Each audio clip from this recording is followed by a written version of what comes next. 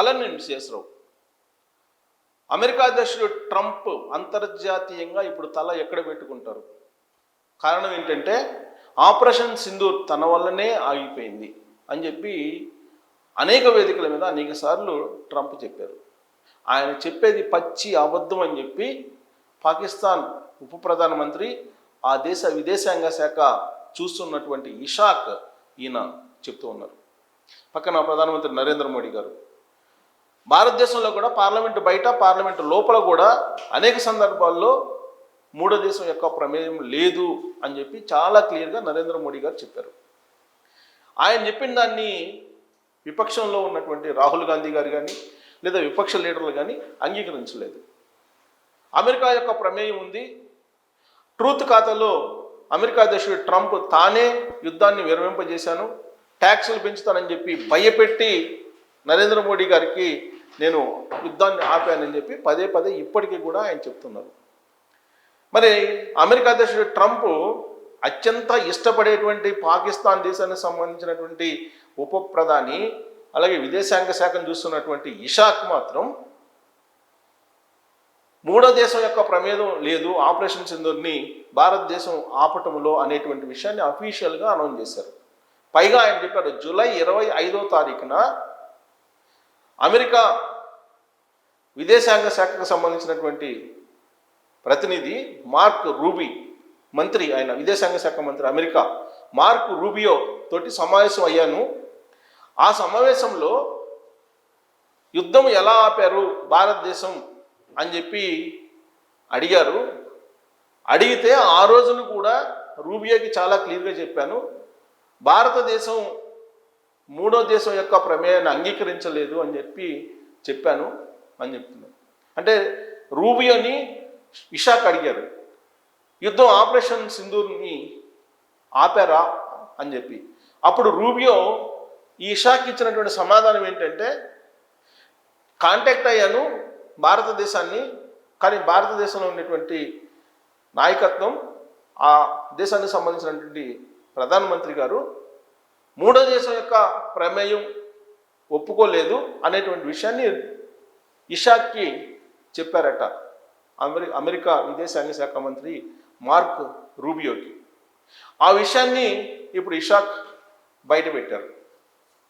మరి ఇప్పటి వరకు ట్రంప్ ఏం చెప్తున్నారు, నేనే ఆపాను యుద్ధాన్ని, 6 యుద్ధాల్ని ప్రపంచంలో ఆపేశాను, భారత్ పాకిస్తాన్ అణుయుద్ధం జరిగేది, నేను కనుక ఆపకపోతే నేనే ఆపాను అని చెప్పి ఆయన చెప్తున్నారు.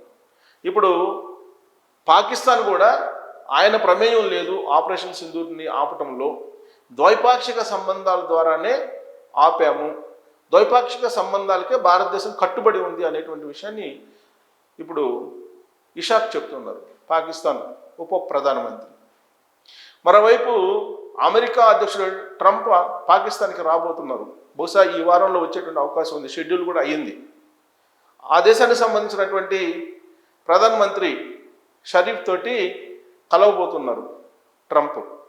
అలాగే మునీర్, పాకిస్తాన్కి సంబంధించినటువంటి ఆర్మీ చీఫ్, ఆయన ఇప్పటికీ 2-3 సార్లు అమెరికాకి పిలిపించుకున్నాడు నరేంద్ర మోడీ గారి మీద వ్యతిరేకంగా మాట్లాడటానికి. అందుకే ఆయన అమెరికాలోకి వెళ్ళినప్పుడు అమెరికాలో భారతదేశం గురించి ఆయన మాట్లాడారు. సింధూర్ జలాలను ఇవ్వకపోతే మేము భారతదేశాన్ని లేపేస్తామని చెప్పి మునీర్ చెప్పడం జరిగింది. ఇది అమెరికా అధ్యక్షుడు ట్రంప్ని కలిసిన తర్వాత పాకిస్తాన్ ఆర్మీ చీఫ్ ఇటీవల కాలంలో ఇచ్చినటువంటి స్టేట్మెంట్. అంటే పాకిస్తాన్ని వీలున్నంత వరకు రెచ్చగొట్టే ప్రయత్నం ట్రంప్ చేస్తున్నాడు అనేది చాలా క్లియర్గా అర్థమవుతుంది. పైగా దాదాపు $500 బిలియన్ సహాయం చేయడానికి ఇప్పుడు ట్రంప్ పాకిస్తాన్కి వస్తున్నారు. ఇలాంటి సందర్భంలో పాకిస్తాన్ ఉప ప్రధానమంత్రి ఆపరేషన్ సింధూర్ని ఆపడంలో ట్రంప్ ప్రమేయం లేదు, ఏ మూడో దేశం యొక్క ప్రమేయం లేదు, కేవలం ద్వైపాక్షిక ఒప్పందాలకు మాత్రమే భారతదేశం కట్టుబడి ఉంది, ఆ ద్వైపాక్షిక సంబంధాలు కొనసాగిస్తూనే ఆపరేషన్ సింధూర్ని ఆపేసింది అని చెప్పి ఆయనే చెప్తున్నారు. మరి ఇలాంటి పరిణామం ట్రంప్కి వచ్చింది అని అంటే అంతర్జాతీయంగా ఆయన నవ్వులు పాలైనట్టే కదా. ఇప్పటి వరకు ఆయన చెప్పింది నమ్ముతూ వచ్చారు కొంతమంది. ఇప్పుడు పాకిస్తాన్ కూడా చెప్తుంది కాబట్టి ట్రంప్ ఇప్పుడు చెప్పింది అబద్ధము అని చెప్పి తేలిపోయింది. ఆయన్ని నోబెల్ శాంతి బహుమతికి ప్రమోట్ చేయాలని చెప్పి ప్రధానమంత్రి నరేంద్ర మోడీ గారిది ప్రాధేయపడుతున్నారు. కానీ నరేంద్ర మోడీ గారు నో అన్నారు.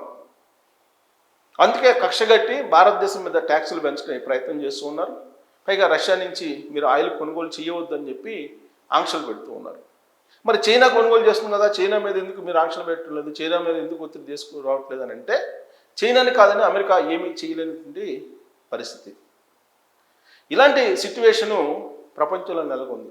ఇప్పుడు అమెరికా కన్సర్న్లోనే ఇరాన్ ఖతార్ మీద దాడి చేసిందని చెప్పి ఖతార్ విశ్వసిస్తుంది. అందుకే ఇప్పుడు అరబ్ నాటో అనే దాన్ని ఏర్పాటు చేయాలని చెప్పి ఒక సమావేశాన్ని ఏర్పాటు చేసుకున్నారు. దాంట్లో ఖతార్ కూడా ఉంది. ఖతార్తో పాటు 35 దేశాలకు సంబంధించినటువంటి ఇస్లామిక్ దేశాల ప్రతినిధులు పార్టిసిపేట్ చేశారు మీటింగ్లో. 35 దేశాలు అమెరికా మీద వ్యతిరేకంగా ఇస్లామిక్ దేశాలు నాటో అనేదాన్ని, అరబ్ నాటో అనేదాన్ని ఒక దాన్ని ఏర్పాటు చేసుకోవాలి. రాబోయేటువంటి రోజుల్లో ఇస్లామిక్ దేశాల మీద ఇజ్రాయెల్ లాంటి కంట్రీస్ యుద్ధాలు చేసే అవకాశం ఉంది. అందుకే ముందస్తు జాగ్రత్తలు తీసుకోవాలని చెప్పేసి ప్లాన్ చేస్తున్నారు. ఆ 35 దేశాల్లో టర్కీ, పాకిస్తాన్ కూడా ఉంది. టర్కీ, పాకిస్తాన్ ప్రతినిధులు కూడా దాంట్లో పాల్గొన్నారు. అంటే ఈ అరబ్ నాటోకి అమెరికా బ్యాక్గ్రౌండ్ ఉందా, అమెరికా నాటకం ఆడుతుందా, ఆసియా దేశాల్లో భారతదేశం అలాగే చైనా ఈ రెండు ఒక ఆర్థిక శక్తులుగా ఎదుగుతున్నాయి, వాటిని నియంత్రించాలి అనేటువంటి వ్యూహంతో ఈ అరబ్ నాటో అనేటువంటి దాన్ని తెర వెనుక నుంచి అమెరికానే ప్రోత్సహిస్తుందా అనేటువంటి అనుమానం కూడా లేకపోలేదు. కానీ ఖతార్ మిత్రదేశం అమెరికాకి, అయినప్పటికీ కూడా ఇజ్రాయెల్ ఖతార్ మీద బాంబులు వేసింది. అమెరికాకి తెలియకుండా ఈ బాంబులు పడతాయా అని అంటే ఖతార్ ముందే అమెరికాకు తెలుసు అని చెప్పి నమ్ముతుంది. కానీ అమెరికా ఏం చెప్తుంది, తమకు తెలియకుండా ఇజ్రాయెల్ దాడి చేసిందని చెప్తుంది. ఇక్కడే ఖతార్కి అమెరికాకి మధ్య తేడా వచ్చింది. ఖతార్ మీద దాడి జరిగిన తర్వాత జరిగినటువంటి ఇస్లామిక్ దేశాల ప్రతినిధుల సమావేశం అది. అరబ్ నాటో అనేటువంటి ఒక ప్రతిపాదన తీసుకొచ్చారు. సో ఈ ప్రతిపాదన వెనక ట్రంప్ యొక్క కుట్ర ఉందా? పైగా పాకిస్తాన్, టర్కీ ప్రతినిధులు దాంట్లో పాల్గొన్నారు. ఆ సమావేశం అయిపోయిన తర్వాత ఇప్పుడు ట్రంప్ పాకిస్తాన్ వస్తున్నారు విజిట్ చేయడానికి. ఇదంతా కూడా ఆసియా దేశాల మీద, ప్రత్యేకించి చైనా, భారతదేశం మీద ట్రంప్ ఆధిపత్యం వహించడానికి పన్నుతున్నటువంటి కుట్ర అనేటువంటిది కొంతమంది దౌత్యవేత్తలు అనుమానిస్తున్నారు. సో ఇప్పుడు భారతదేశంతో ఇంకొక వైపు నెగోషియేషన్స్ చేస్తుంది ట్యాక్సుల విషయంలో, వాణిజ్య ఒప్పందాల విషయంలో.